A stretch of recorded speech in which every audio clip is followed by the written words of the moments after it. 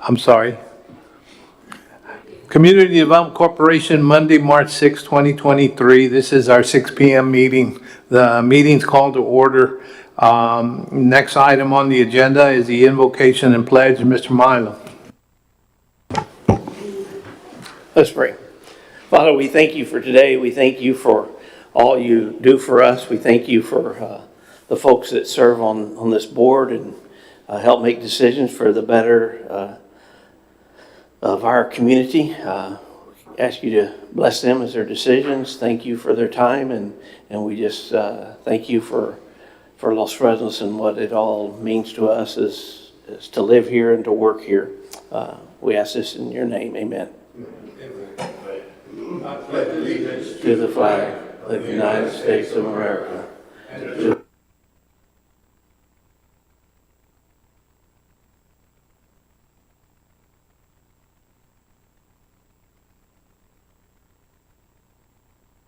Moving on to item 3, Citizens Forum. Is Jackie, anybody sign up?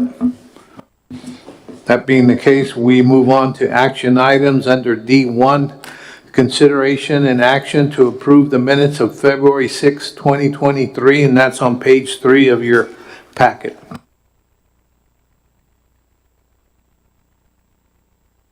Questions, comments, discussion? I'll go ahead and make the motion to approve the minutes from February 6, 2023. I'll second that. There's a motion and a second. We approve the minutes of February 6, 2023. Any questions, comments, discussion? That being the case, all in favor say aye. Aye. Ayes have it, it's unanimous. Under action item D2, consideration and action to acknowledge the February 2023 financial report under A, monthly, B, year-to-date, and C, sales tax report. Again, that's on page 8 of your packet. Mr. Chairman and members of the board, the check register is on page 9, and you see those checks. There's nothing unusual. We did pay for the sponsorship Cameron County Fair and Livestock Show and also Los Fresnos Rodeo that was prior approved. There are no checks that would be out of range or out of cycle or anything. The next page begins the accounting part of the finance. We're 5 months in, which is 41.7% of the year complete. Sales tax is 41.76, so we're right at budget.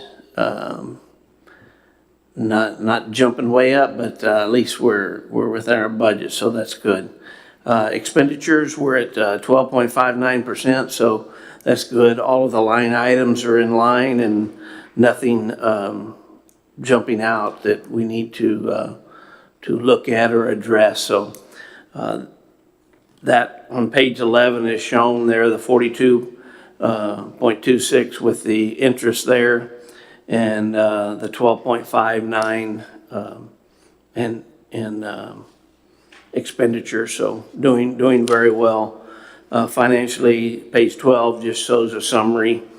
Page 13 shows the sales tax report.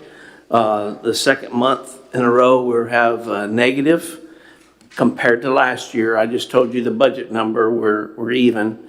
Compared to last year, this past month was 3.84% lower, which is about $2,200, almost $2,300. The month before that was 3.34% below, which was $1,400. Because of the prior months, 5% increase, 3%, 1%. For the year, we're 0.32% up. So very flat, which is, I think, what was expected and what we kind of budgeted for going forward. Hopefully, we'll see some turnaround. Maybe not global economy, but maybe Los Fresnos economy when the rest of the west side of Highway 100 gets opened up. Maybe it'll help those businesses. Does that conclude your report? Yes, sir. Any questions, comments, discussion on item number 2? That being the case, do I hear a motion? I make a motion to accept and acknowledge the February 2023 financial report, A, monthly, B, year-to-date report, C, sales tax report. Second. There's a motion and a second that we acknowledge the February 23 financial report, monthly, year-to-date, and sales tax report. Any questions, comments, discussion? That being the case, all in favor say aye. Aye. Ayes have it, it's unanimous. Under D3, consideration and action to approve funding for the 2023 Earth Day event. That's on page 14 of your packet. Mr. Chairman, members of the board, this is something that we did last year, trying to capitalize on Earth Day in our nature park. We have a volunteer board put together now that's a lot more active. They've come up with some ideas. They're going to have booths. They're going to have vendors, trying to make some things for kids to do. A lot of people involved in making that happen. We have some budgeted items that we know of. Seeds for kids to plant, T-shirts to give out to promote it. Has a little bit of food, some bags that they can use that have Earth Day and our logos on it, and a couple banners that most of our other events, we already have banners made through the years and we reuse them each year. So that part is to get some banners, about 3 or 4 locations to put out to promote the Earth Day. If we can get people used to coming to the nature park, they'll come, they'll eat breakfast before they go, or they'll eat lunch after they leave, or maybe both in our community. So that's the idea of this event.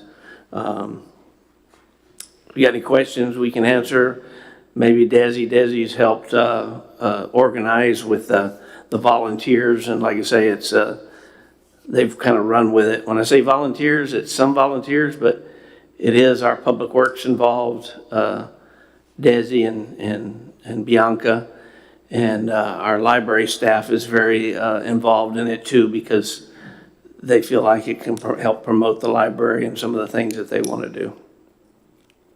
A question on the banners, they're not disposable. Those are banners we'll be able to use future years? Correct.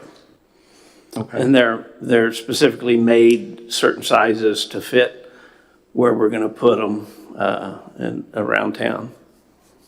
Okay. Any questions, comments, discussion? And that would fall on what date? Should have said it, yeah. April 22nd. 9 to 1, I think is right? Are we involving the schools, maybe elementaries there? Yes, we are. Good.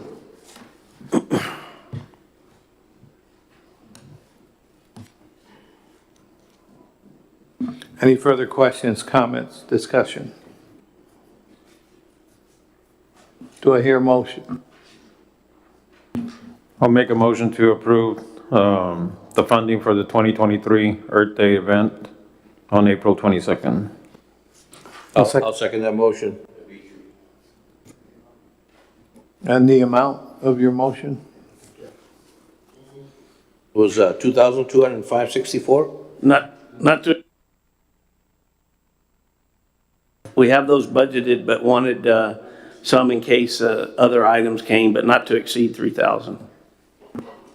Okay, I'll make a motion to approve the funding for the 2023 Earth Day event in the amount not to exceed the $3,000 for April 22nd. Second? I'll go ahead and second that, not to exceed, to approve the Earth Day event, but not to exceed the $3,000 limit. I do want to say that, man, is this the second time we hold this event, or is? The second, So I I'm believe. thinking that, as the years go on, it'll get better and bigger, so we'll probably have to think about that $3,000 limit later on. But just thought I'd throw that out there. Any further questions, comments, discussion? That being the case, all in favor say aye. Aye. Ayes have it, it's unanimous. Moving on to action item D4, presentation of the 2023 retail market analysis. That's page 16 of your packet, but there's nothing on page 16. So hopefully they'll hand us something. Correct. Jackie, you have retail demand outlook, right? Retail trade area, yeah. Retail demand outlook. Yes. Hand those out. This is the first report of about 5 that I want to go over. Very good information. I'll try to summarize as much as I can, be something that you can maybe look at later, because you'll probably have questions that come up. Be glad to answer those that I can. If not, we'll get them answered and respond to you. There is going to be a little adjustment from this for the final look. Jackie and Desi and I met with retail trade coach, the company president, and we had some questions, and we started talking about a few things and want some adjustments. So we'll be doing that. They're working on that, but I didn't want to hold up this presentation for another month because the data will remain the same. It'll just be basically the way it's presented. If you go on the second page, it shows our trade area that's shaded there on the top, and then our population in our trade area. In 2020 was 40,274. 2023 is 40,943, and another 5 years will be almost 42,000. Educational attainment, you can see that in that area. Remember, this is not city. We look at trade area. City is a little bit different, but we look at that whole 40,000 plus population. So you can see high school graduate or GED 24%, some college 18%, and then bachelor's degree 14%. Less than ninth grade is 16, but that's skewed because they have kids included in here. So naturally, they're not going to have a college degree. I mean, a high school degree yet. The income, average household income, $87,307. The median household income, $61,000. That's pretty high. It has changed probably more than double in my tenure here. I think a lot of it has to do with educational jobs, Homeland Security jobs, DPS. A lot of those folks live in this area, in our trade area. So that is, it's good in a way. That's what you want. You want people to excel and continue to make more income so they can spend it. Disadvantages, we don't qualify for a lot of those low-income grants anymore, especially in certain areas. So it's a two-edged sword. Age, you can see the age population. Our largest population is 25 to 34 years old, which is 13.44%. And then you can kind of skip down around and see that 15% of our population is 9 years below, and then another 14 is 10 to 17 years. So you put that together, almost 30% of our population is under 17 years of age. Kind of crazy. And then you add the 18 to 24 year guys and gals. There's, 39% of our population. It's pretty young people. Our median age is 31.82. Average age is 35. Race, white is 37.4%. You jump down to the bottom is Hispanic, 93.62%, which trends pretty well across this area. Some people get hung up on the white. Why? How does that happen? Most people that look as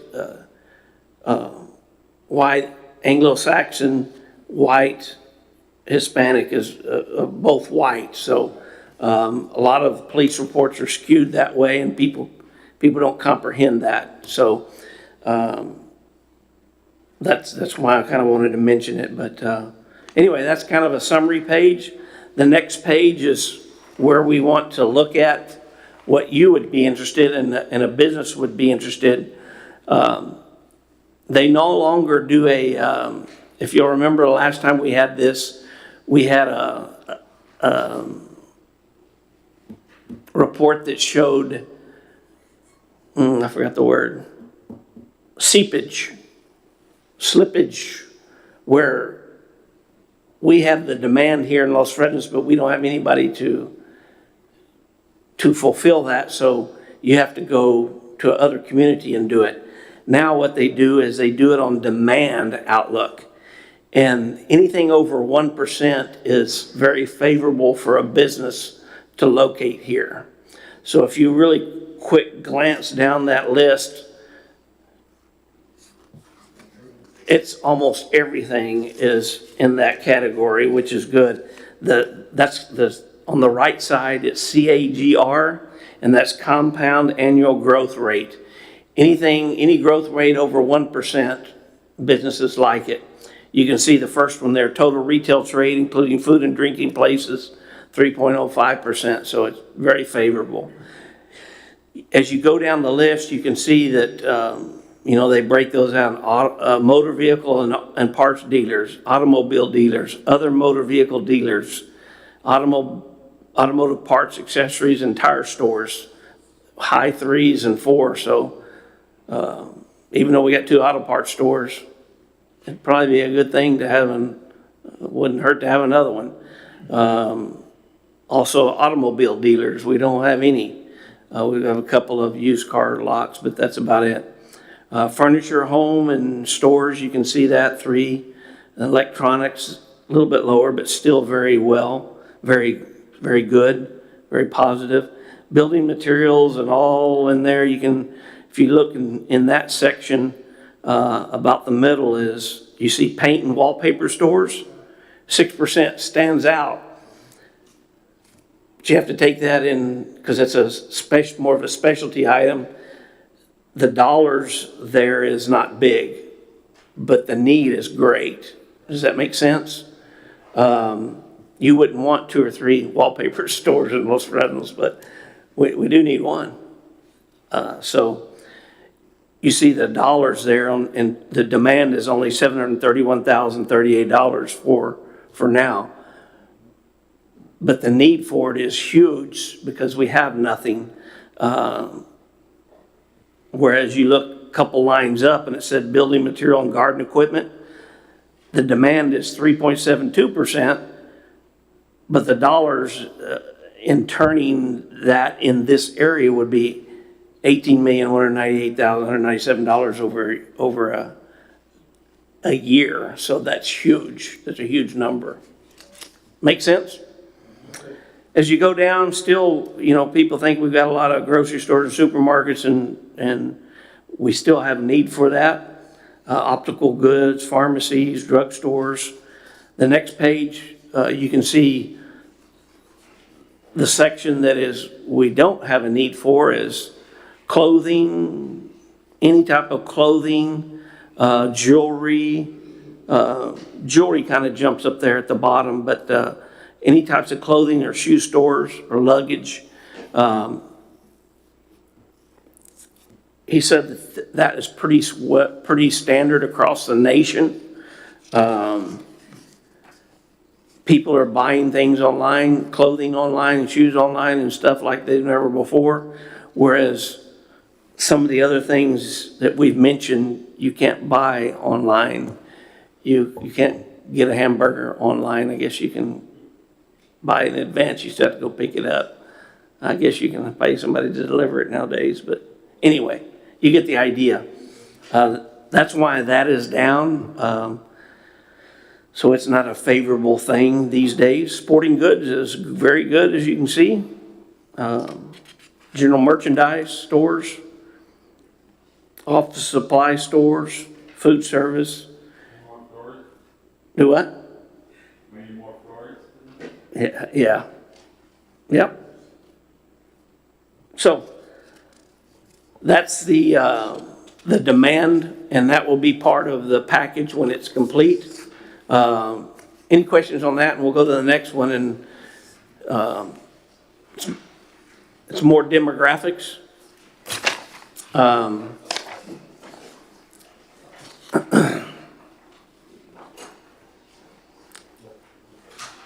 A business wants to see that first one to see what the retail demand is. Next thing they want to know, okay, the demand is there. What do you people look like? Who lives there? And so if you go to the first page, it's the exact same information that we've already reviewed, so I won't spend time on that. But the page 3, it goes a little bit more detail in our demographics. Population, you can see there it goes, gives you some history of the census. In 2010 was 35,902. 2020 is 40,274. It just helps a business to look where we've been to where we're going. The next one is population by a single classification race, and then estimated population by Hispanic or Latino origin. You can see again there's 93.62%. We've mentioned that in the prior page. And then you can see as you go down, you can go population by race, Chinese, Japanese, Korean, Vietnamese, and how that breaks out. Then you can look on the right-hand side and population by ancestry. I can't say it. There you go. Thank you, Izzy. Other thing we ask them to do, it says other ancestries is 84.26. We probably should know a little bit about that. That's too high of a number. You follow me? We need to know those broken down. And then the language spoken, English only, speak English. I can't even talk. Speak only English at home, 32.86% of that population. And then speak Spanish at home, 66.92. So quite a large. So as your business, you probably want to know that information. If you've been around here, we know that already. We don't know the exact percentages, but we know they're high. So we would want to tailor things to fit that population.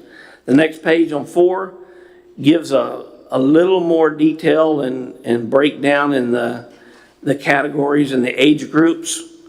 We've gone over them, so I won't go again.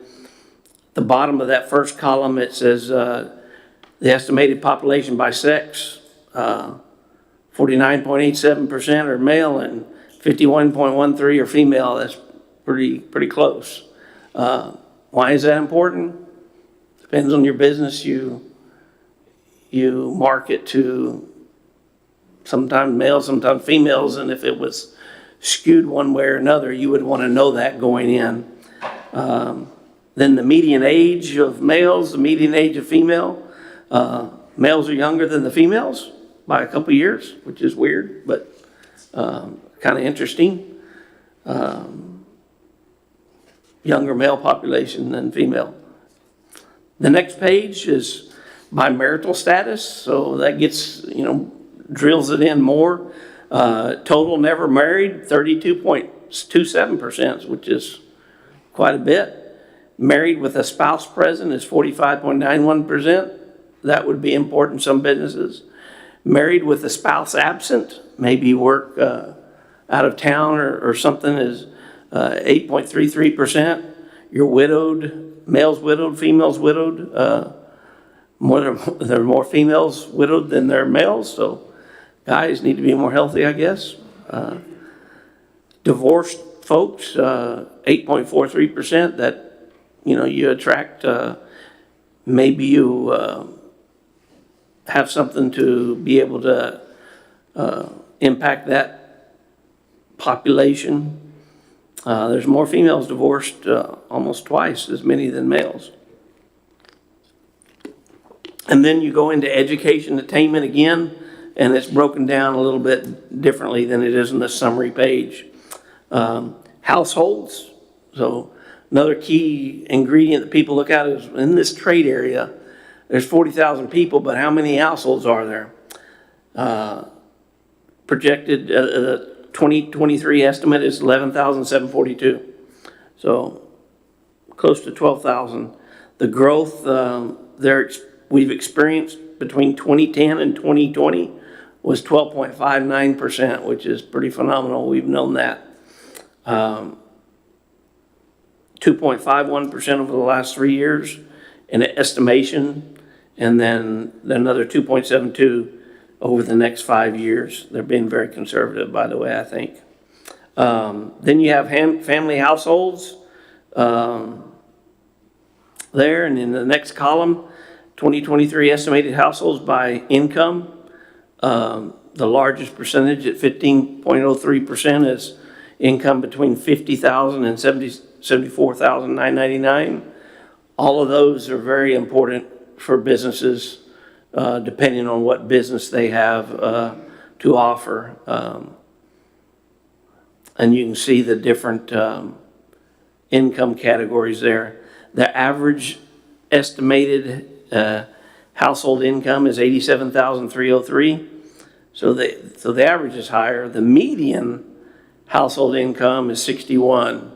That means there's some people at the top that make a lot of money. So the average breaks the average higher, but the median is 20 below, 20 above, and the median is 61. Not 20, but how many ever there are. Half of the households, which would be 5,000, half of 11, 742, so almost 6,000 below, 6,000 above. The median income would be 61,000. Then you can see it by the class. Maybe we should be native Hawaiians or Pacific Islanders. Those people are making $150,000. The next highest category is the Asians, making $86,465. So maybe we should, I don't know how that is, but anyway, interesting information. Then it goes family household income, with you have children or no children. Once again, it's very important for a business to, who are they looking at? Male with their own children or female with their own children. That's also important when you're advertising and trying to decide on your business. Average household income, average household size, 2-person is the highest at 24%. 3-person is 21, so 4-person is 19. Only 1-person is small at 13. 5-people homes, 13%. So you get up there, there's 7 or more people in a home, 3%. So the average estimated whole household size is 3.4%. We use that data a lot in our city as well. The next page, I think that's 2 more. Won't go over many of those. It just continues to break those down in groups. Households by number of vehicles, that would be important to some businesses. It's important to us as a city as we look at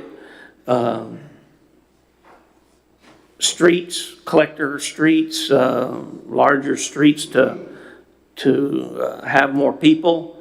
2-vehicle homes are 38% of our population. 4-vehicle homes are 6%, 5 or more, 3%. I think they all live on East 10th Street. average number of vehicles per household is 2. And then you go down in poverty status, those that live above poverty status, 79.19%. So that would be something to know. Estimated population, 16 age and above, 57.78%. There's 12,308 people not in the labor force, 40% either retired or just don't work for other reasons. Then you see the different class of workers: private workers, federal, state, local, self-employed, is a pretty big, and then pretty big population. And then by occupation, architect, engineer, less than 1%, but the construction jobs, 9.4. Education, training, library is 8.4. Office administrative support the highest at 11.75. So a lot of office workers. Sales related force, 10%. And then you see the white collar, 53% of our population is white collar. Going to work, 82.52% of us drive by ourselves to work. 15,000 of the estimated 18,000 population. Only right about 10% carpool. Very few use public transportation. Some walk, some bike. Other means, work at home, 3.3%. All that information means something to people. Travel time, 15 to 29 minutes is 8,777 people. The average travel time to work is 24 minutes. We're a bedroom community, and we've known that, but that indicates that. Housing units have owner-occupied 9,122. That's 77%, and renter-occupied 22%. Interesting is the average length of residence of the owned home is 14.32 years. And even more interesting is the renter-occupied length of the resident is 6.65. So once a renter gets in there, it seems that they stay, which for the rental business is pretty good. Usually you see that move a lot more. Then you can go in there and the value of the houses in this area. Our biggest one is 100 to 149,999. Median housing value 135,436. Biggest is single family homes at 77%. Houses built, what the age are they? That's important to some businesses. The median year built is 1999. 30% of our houses have been built since 2000, between 2000 and 2009. 30, 40, about 48% of them, of our homes have been built since the year 2000. That's quite a bit of new homes. And that's it on that. A lot of data, make you go to sleep, but it's information that's good. Want to look at 3 retail outlets that people can use to compare. The first one will be Walmart. We can use this because this can tell another business real life what's happening inside of Walmart.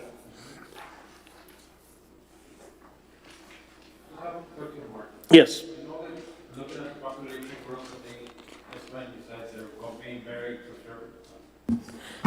Looking at the population growth that they have, they're being, very conservative because looking at this, they're saying within 5 years, we're only getting, 959 people coming in a 5-year period. We don't know, that's very low. Are they taking into account, the projected developments coming in, or they're just doing the study based on data? they're using data, but we're also told them the projections of possibly what's happening at SpaceX, what's happening at the LNG plants. But overall, across, they feel that there's going to be a slowdown in that. We might be the exception. So, in a few years, we might have to adjust that. As we're selling Los Fresnos, we will definitely use that information to say, this is based on more trends. We're going to be a little above that trend because of the LNG plants, because of the other things that are happening. But yeah, good point, because it could very well be a lot better than that. Walmart data. If you didn't know it, when you walk into Walmart, when you walk in anywhere, people know that you're there. They know how long you're there. They extract data from your phone and you don't know it. People worry about the government spying on you. Well, they're already doing it. Retail people are doing it. This data is available to anybody. So the only way they say that this data doesn't download is if you turn your phone off while you're there, or you leave it at home. But if you walk in with it, there's probably an app somewhere open, and so this information is extracted from there. So over the year 2022 in Walmart, the estimated number of visits is 1.8 million people. Pete might know some information about this. Estimated number of customers, 161,400 people. That's unique customers. Visit frequencies, 10.21 times in a year. Some, of course, hit, we'll show in a minute, there'll be some one, so I might go in there 30 times, but one person goes in one, so that really skews because I'm traveling or something. The average dwell time is 34 minutes. And you can see that visits there on the bottom of 2. On 3, kind of shows you where they come from. The red shows that's a bunch. And that's all around us, pretty close in there to Los Fresnos, just north. And you can see even we got a lot of Laguna Vista folks that come to Los Fresnos, even into Brownsville. And that just goes to what I've been saying a lot on Brownsville folks, especially North Brownsville, is because of our school district, it's North Brownsville. All those folks come here for middle school and high school. And so naturally, even though I might drive by the Walmart on Alton Glover, I'm probably not stopping because I'm going to get my kid and I can get into Los Fresnos I think much nicer store and everything. Easy to get in and out. But you can see the blue all over the valley, and all those blue dots, they represent people that have shopped at Walmart over the last year. So it's pretty impressive. And of course, those people that do that probably one time a year because they were going to the island or coming back from the island, and hey, let's stop and grab it. We can stop at Los Fresnos, and we don't have to stop wherever they live in Edinburgh, or you see there in Monte Alto and Hargill and Lasada. I mean, it's unbelievable where those blue marks are. The next one on 3 is just the routes that they take. It's not as important to me. Their journey, prior to going to Walmart, 61% of the people come from home and go to Walmart. Another 6.8% come from work to Walmart.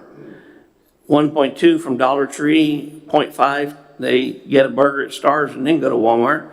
Another 0.5 go to McDonald's, get a burger or whatever, and then go to Walmart. Then you go post. What do these people do after they leave Walmart? 79.4% go home. 9% go back to work. 0.8 to Dollar Tree, 0.6 is to Sunrise, and it's a place on the island, I'm not exactly sure. And then 0.5% go to McDonald's after they leave Walmart. Another favorite places that those people shop at is listed there at the bottom of page 4. Interesting for some people. The next page, page 5, that tells you the time frame, and I'm sure Pete knows this as well as anybody with staffing. We're pretty heavy noon to 8 p.m., 9 p.m., and it drops off in the evening very drastically. But it's pretty steady all in the noon and the afternoon. The other thing that's interesting is that the daily visits, Monday, Tuesday, Wednesday, Thursday, Friday, Saturday, Sunday. Most retail Walmarts have a huge spike on Saturday and Sunday. No, they don't? No, they do. They do. Yeah. He pointed out that most of them you'll see a Walmart and a Monday through Friday here, and then Saturday and Sunday is just like way up here. Ours does not, which I don't know how to quantify that, except that it's easily accessible, and so I can do it during the week, and I don't have to get the big rush in the weekend. I don't know, Pete, you might want to add something else to that. Well, some of these people are going out to the island or going somewhere. Take a break, going out of here. Some, of course, leave Los Fresnos. They'll either go to Barnesville, Harlingen, McAllen, whatever, but consistency, like you said, a lot of times they'll just wait and come during the week. Yeah. Interesting. The next page, page 6, shows the zip codes. This is one of the things that we brought up for them to do is give us a map of zip codes. Because if you see Los Fresnos is 45.41% and San Benito is 24%, you say, well, man, we get a lot of people from San Benito. Yes and no. Just to the north of us in Laurellis, there's some areas that have a San Benito mailing address. When you get to 803, it's a San Benito mailing address. So those folks are, 2 miles from Walmart, but yet they have a San Benito address. If you go, that's on the north side of 100 at 803. The south side of 100 at 803 is a Brownsville address. And so you start getting all those people in Almito and that whole area with Brownsville, Almito. And so that's why you see those. And then you can just see where everybody comes from. It's pretty amazing. And like I say, that's one of the things we've asked him to do is put a map with the zip code on a map and then the people, and we can kind of see how close they are, because I think you'll see that they're pretty close. Any questions about Walmart? The next one I want to do is because that's a retail store, I want to do a McDonald's, because they've been here for a while, and we see a restaurant more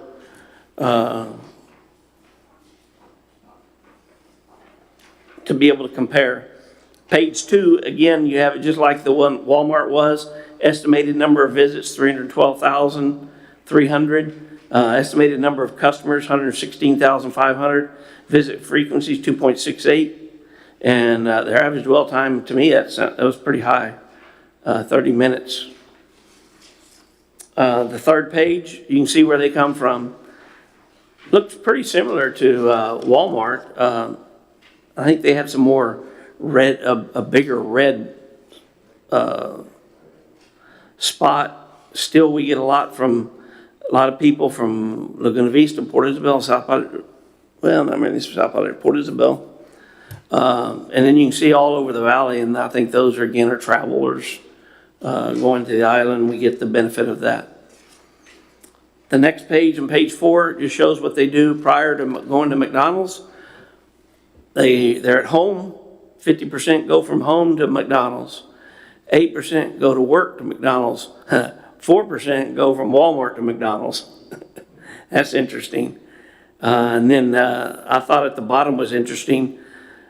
1.5% of our people go from Memorial Park to Walmart. I don't know if they exercise or what's happening at the park, and then they go to McDonald's. After they leave McDonald's, what do? 68.7% go home, 4% go to work, 3.3% go on to Walmart. 4% go to Walmart before and 3% after. Kind of crazy, huh? And then 0.8% of the people go to Memorial Park after they go to Walmart. Favorite places that they are much the same as that one. Hourly visits on page 5. You can see that McDonald's, those visits are earlier in the day. 10 a.m. took a spike, 10, 11, 12, and then kind of dips down, and then 4 to 5 is pretty high, and then some a little bit later. So, and then you can tell here they do have a higher business. It trends better Friday, Saturday, and Sunday than the rest of the 3 days. The next page, 8. They also, on daily visits, they're also kind of plateaued, kind of like Walmart. There's no peak on the weekends. They're all pretty consistent. Yeah, they're pretty consistent, but it is a little rise, a little bit different than Walmart on. But yes, it's not a huge bump, which is, a business really likes that, more of a steady than to have peaks, because then you get mad because don't have employees for those times whenever there's weird peaks about that. The zip codes are much the same. You can see lots of Los Renos, 70 Brownsville, even Port Isabel was pretty high in there. People coming to there. And I have one more. We have Whataburger data for 2 months. So I thought it would be interesting to show you that as well.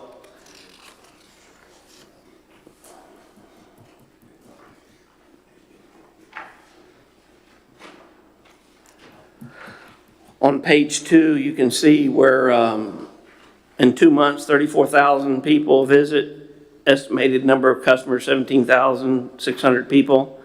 Visit frequencies during that 2-month period is 1.93. So also the average dwell time to me seems high, 39 minutes. So I haven't stayed there 39 minutes. But page 3, you can see that it's kind of looks like the others, except there's some strange dots way down into Brownsville, more so than the other two. Not sure why. And then some pretty heavy red spots in Arroyo City, up near Harlingen, and in San Benito, which is very different than the others. It'll be interesting to see how that trends over a longer period of time. And then again in Laguna Vista, Laguna Heights, Port Isabel. On page 4, what do they do before? Well, Whataburger, 48% people come from home, 11, which is higher coming for work than the others. 11.4% come from Walmart to Whataburger. That's probably why Whataburger chose to locate there. Memorial Park, 1% of your people come from Memorial Park to Whataburger, maybe get a coffee or something, or sausage biscuit. After Whataburger, 72% go home, 6.9%, almost 7% go to Walmart, 5.8% go to work, and then a few go to Dollar Tree or Dollar General. Just interesting. Page 5, a little bit different than McDonald's. Seem like they're big in the evening more. Peak very different than McDonald's did. And then look at their Saturday and Sunday. Of course, you'd only have 2 months, but they're heavy Monday through Friday, and Saturday and Sunday, they drop less business. So the good thing about their model right now is they're available for some good traffic over the weekends in this coming few weeks and months. Length of stay, you can see where they, where all they go after that. Page 6, again, is very similar to the others in the zip codes, and that's it. Questions, comments?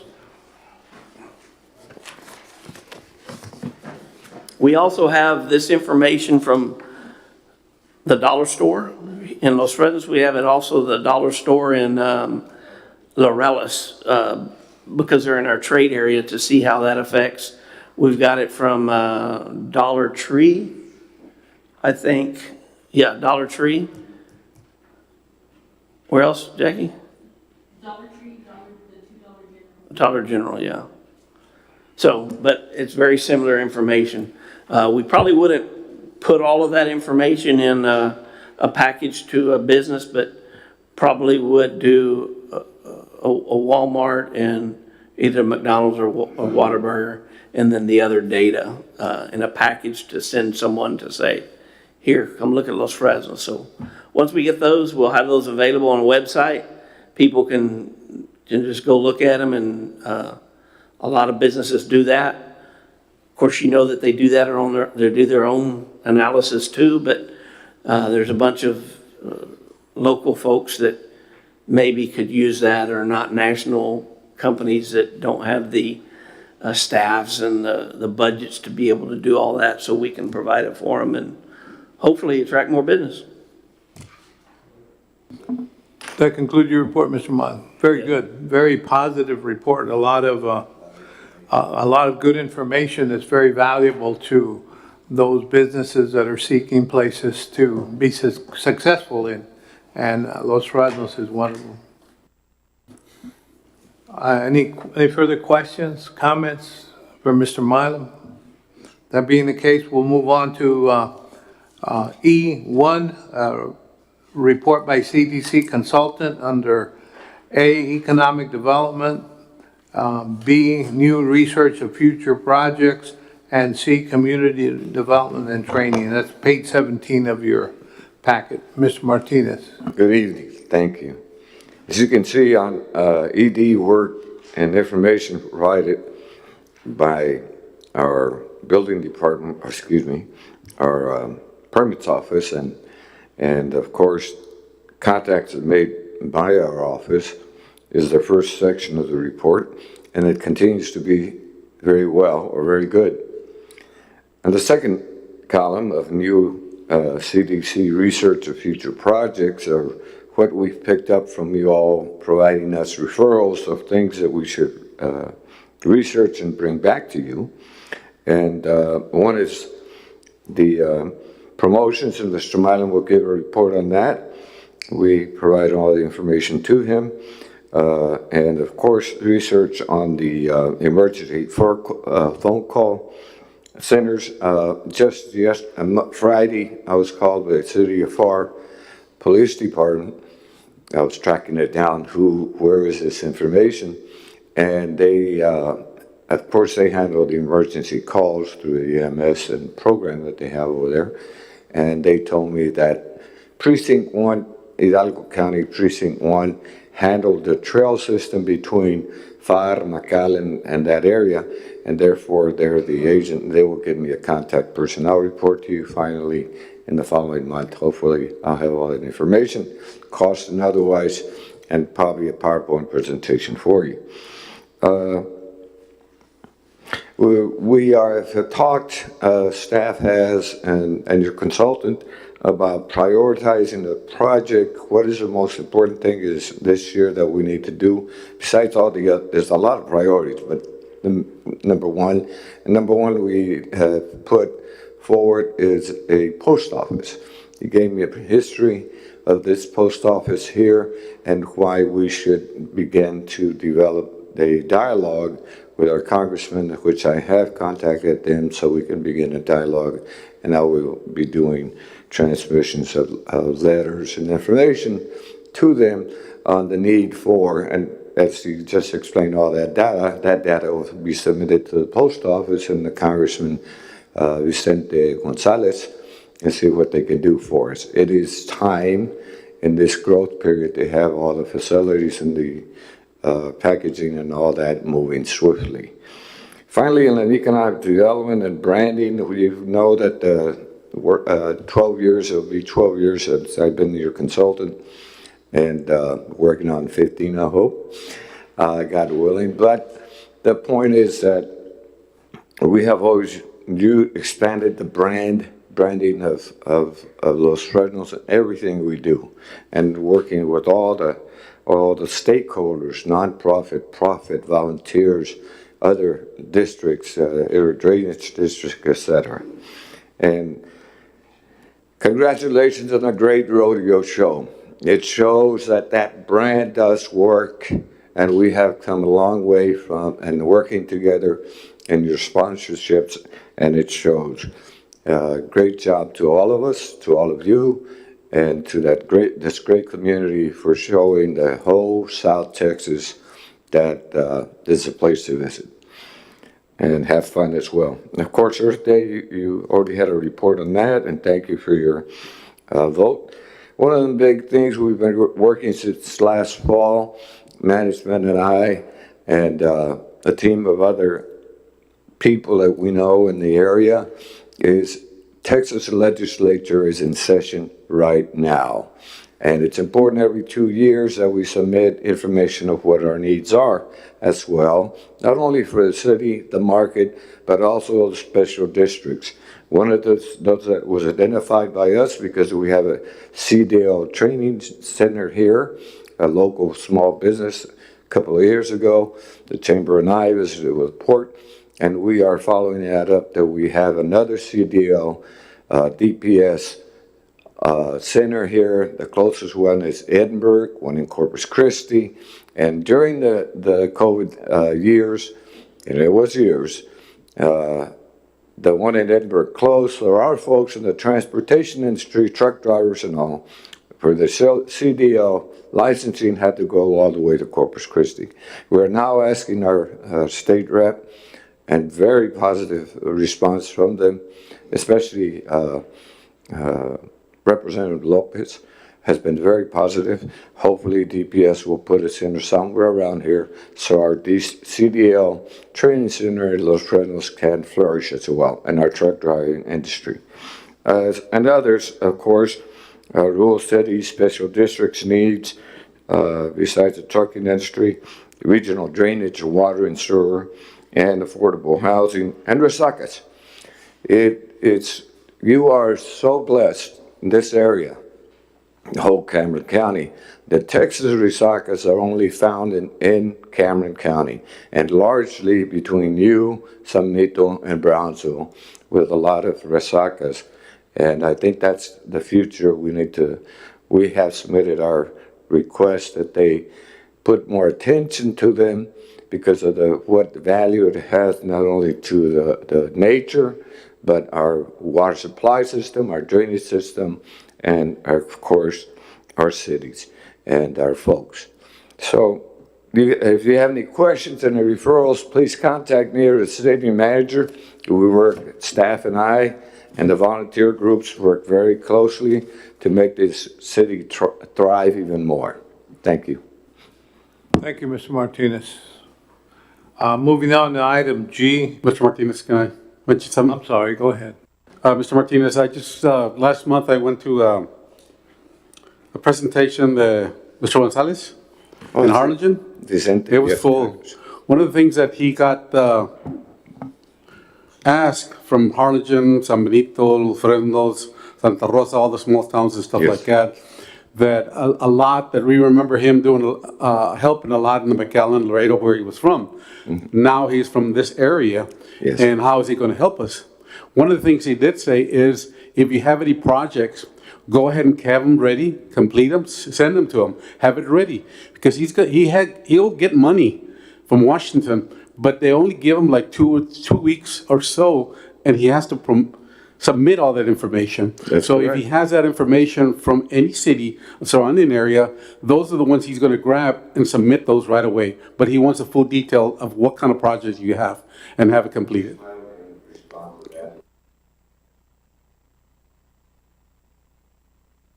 We'll have them ready for him.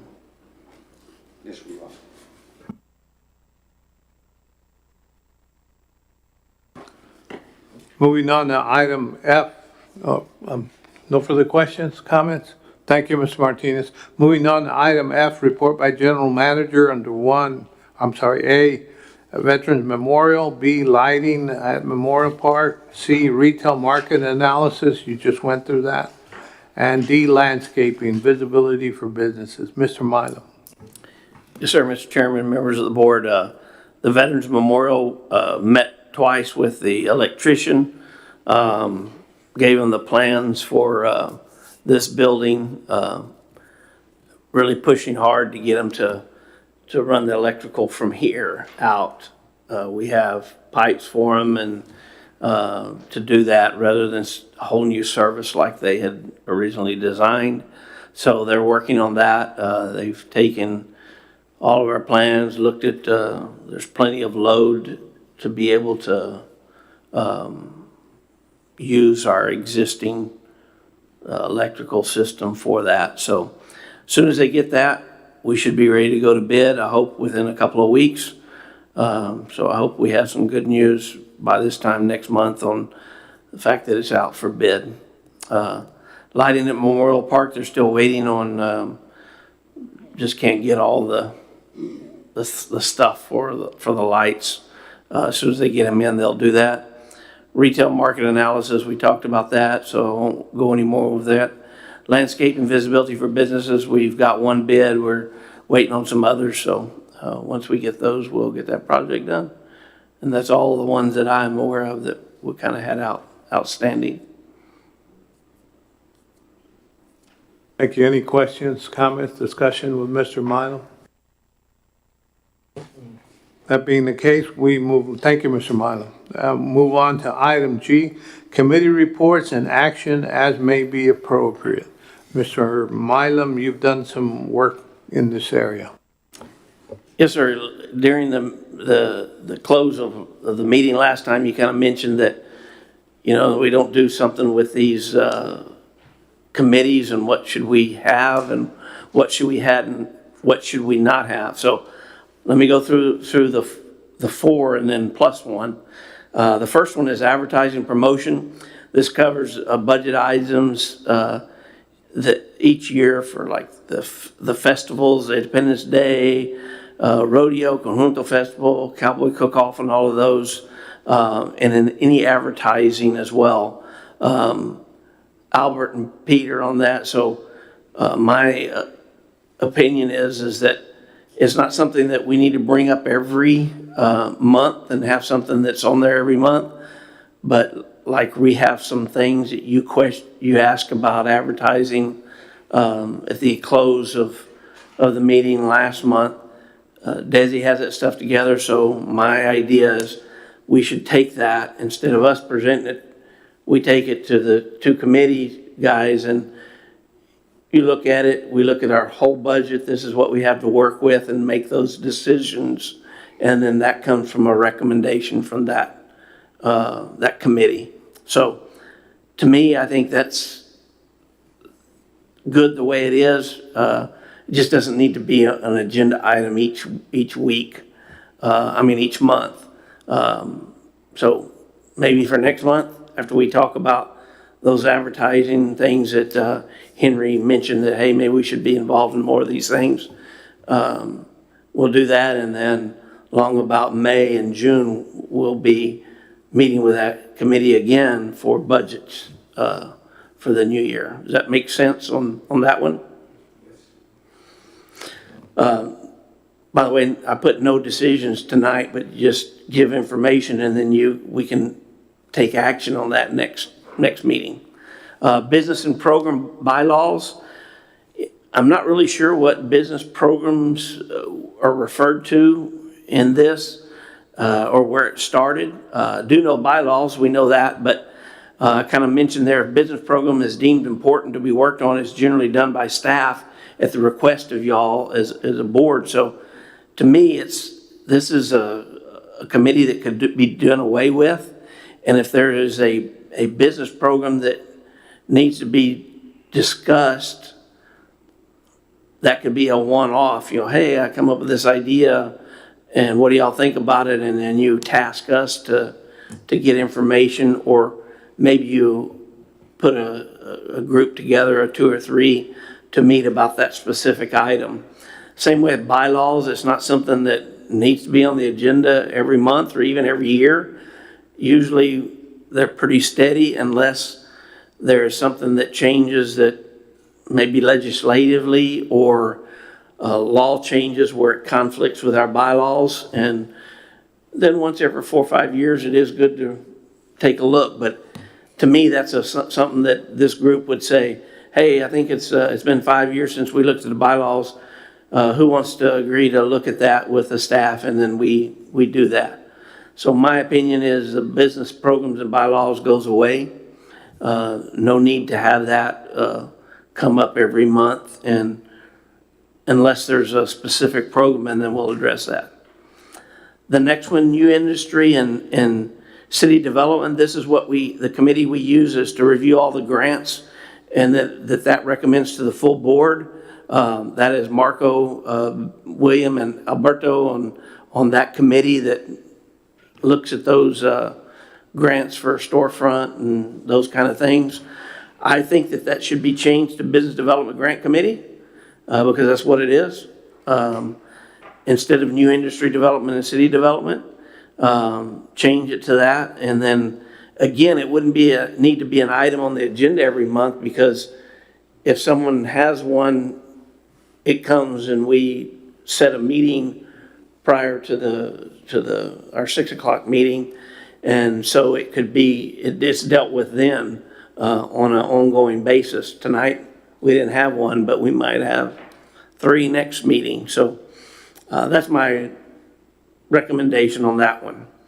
The next one is CDC grants exploration. This is again something that I think the staff does and not the board. If a board member knows or hear of a potential grant, they let us know, which you've done in the past. We research it and, hey, yeah, it's found this, and we're going to run with it and report back, or no, we don't qualify because of this or this and this. So to me, that particular committee really doesn't have a function in itself, but you as board members say, hey, I've got this, heard of this grant, I think we should explore it. So to me, that kind of goes away and dealt with when it comes up. So that's the 4 that's there. The 5th one is one that, because you task, I said, well, let me look at the bylaws. And strangely enough, the bylaw says we should have a group that is a community development capital improvement program committee. So I think that needs to be put together. And what that's supposed to be is at least 2 CDC board members. It says 2 CDC board members and some citizens of Los Fresnos. Didn't say how many or what, but they should make a report to the city council by June 1st, summarizing the activities of the CDC board, which I do yearly. Well, actually, Jackie and Bianca put it together as a spreadsheet and what all we accomplish each year. And over the past year, along with maintenance and operation costs that deal only with the CDC part, short-term and long-term goals concerning the parks, because y'all fund a lot of things for the parks. So that committee would meet, and maybe that's where we get the park board more involved. Maybe they get involved with this. The rec department, library department addresses culture, art, senior citizens, and other similarly related community development needs within the financial constraints and revenues available to the corporation. So they can set up, this is what we think, not this year, but 3 years from now, we need to replace the entire swing set at one of the parks and just have an ongoing list of items that we want to accomplish. If you remember, we did a master plan on the nature park, but haven't got many of those things done. So maybe that group, along with the Parks Board, says, hey, we should fund this year. And then that comes funding either the CDC board or the city council, or maybe both, some of both. So long story, advertising promotion stays. C, the new industry development changes to business development grant. The other two drop off, and this third one becomes the third one that we do that we're really supposed to, according to the bylaws, be doing. So we kind of do it, we cover it, but probably not as thoroughly and not from you as a committee. So that's kind of my recommendations. And if that's cool, I think that we should put it on for action item, and then you can vote them up or down, each one of them individually next time. I have a question, Mr. Martin. When you talk about staff, you talk about people employed in the city hall? Is that staff?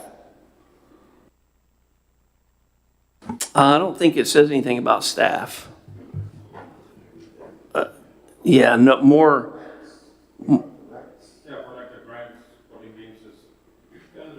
Oh, I'm sorry. Okay. Staff, yes, sir. The staff that we should be doing that work. You know, like if you have you come up and you say, hey, what about this program or that program? Could you find out some information on that?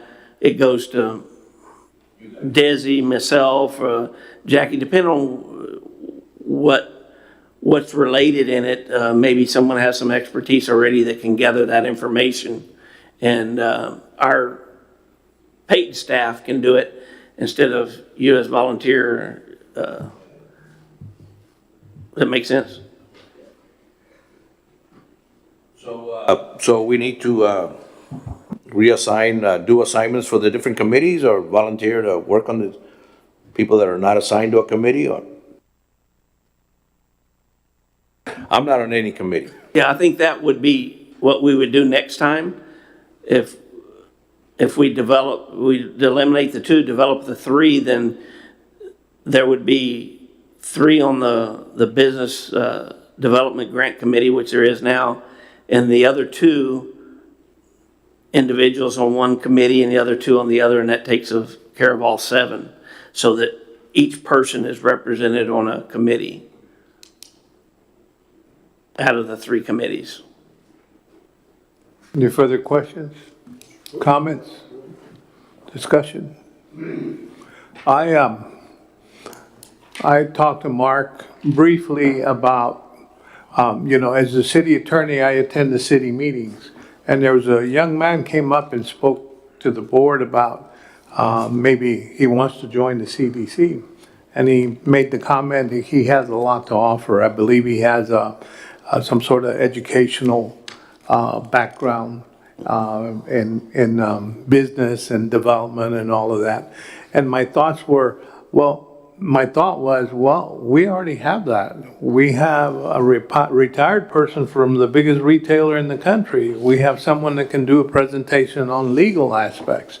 We have someone that can do presentations on promotion and so on. So there's a lot here sitting at this board that could possibly, we could possibly formulate some sort of new business startup. And Desi, I'm speaking to you, some sort of business startup group, or some of us, for example, somebody wants to start up a business. Well, I could talk to them about the legal. You could talk to them about promotion. You could talk to them about, the process of keeping your material flowing and stuff like that. Anyway, it was a thought. And I didn't mean to do away with all the committees, but that thought occurred to me, and I wanted to throw it out at this time. It doesn't necessarily have to be there, go there, but it's just a thought, something we can think of, about along the lines of what Mark is working on. No further comments, questions, discussion? Moving on to item H, time is 7:16.